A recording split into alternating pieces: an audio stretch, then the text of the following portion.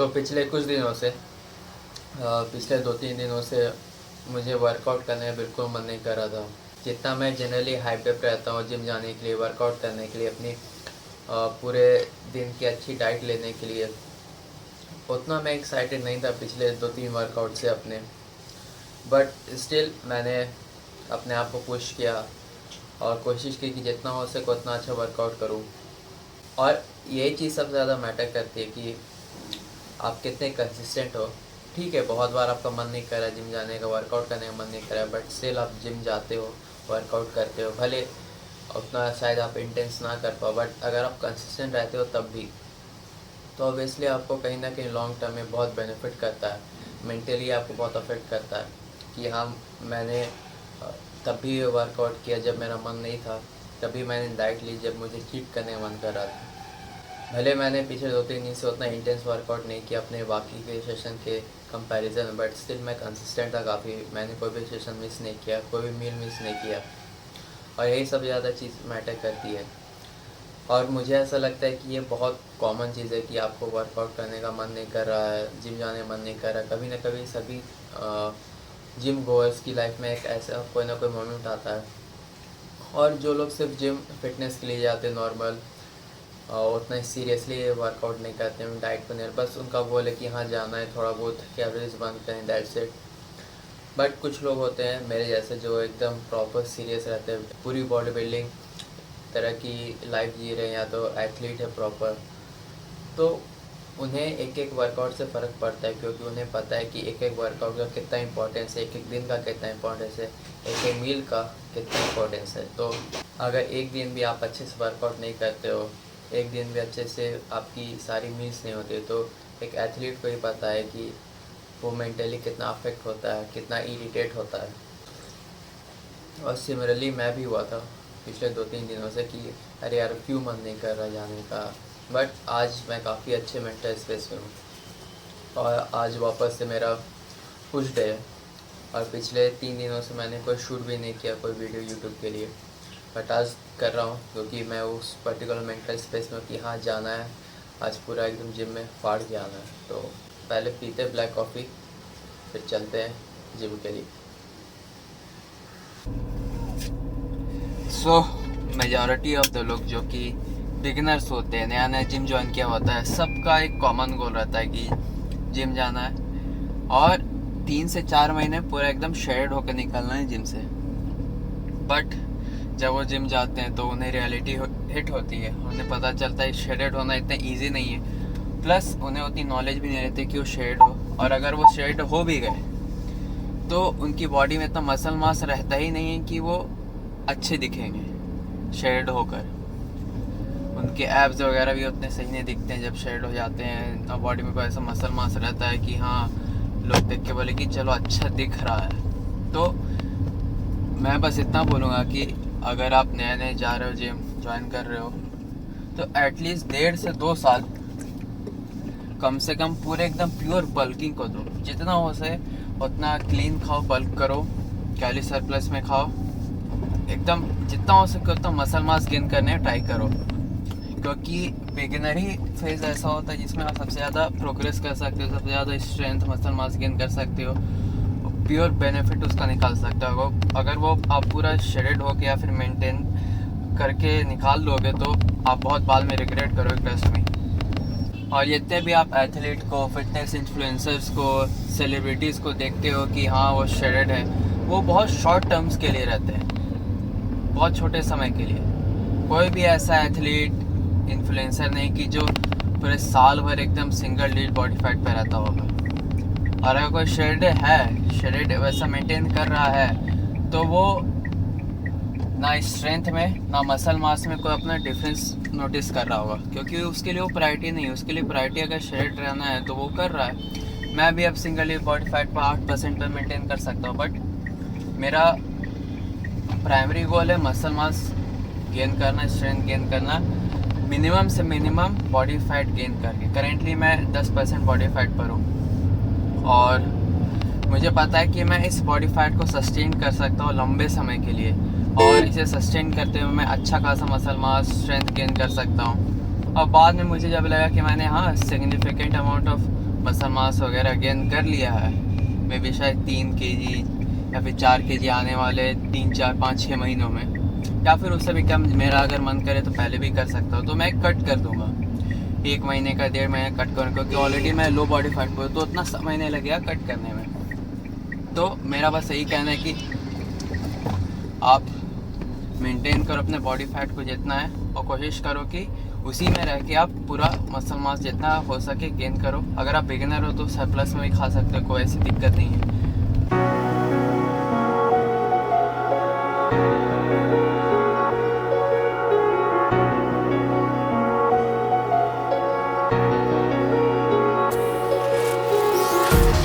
Empty hearts and neon lights, they're playing with my mind. Gotta get out of here tonight.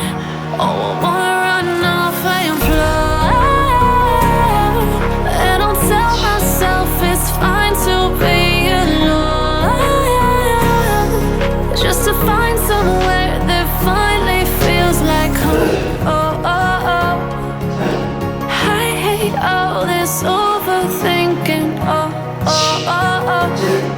The more I swim, the more I'm sinking. Take me to a world of silver, heartbreaks, tears, painkillers.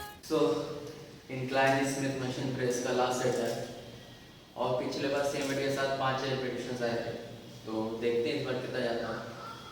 कोशिश तो है कि at least 5 निकालो, ज़्यादा गए तो बहुत अच्छी बात है, हालांकि मुझे लगता नहीं है कि जाएंगे एक्स्ट्रा, क्योंकि पिछले सेट में, इससे पहले सेट में मेरे एक एक्स्ट्रा रिपीटेशंस आए थे पिछले बार से, तो देखता हूँ कितने आते हैं इससे।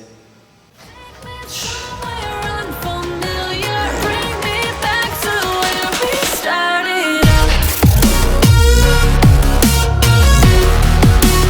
Get me out of now, to where we started out. Get me out of now, to where we started out. La la la la la, oh, oh. Get me out of broken heart. तो इस बार 5 repetitions आए, but 5वां जो repetition था पिछले बार से, उससे ठीक गया थोड़ा। तो पिछले बार जो मैंने किया था मेरी हिप थोड़ी सी उठ गई थी, बट इस बार हिप नहीं उठी। पहले स्ट्रगल थोड़ा ज़्यादा था, बट फॉर्म सही था पिछले बार से। And fights, turning truth to lies. Gotta get up, stop wasting time.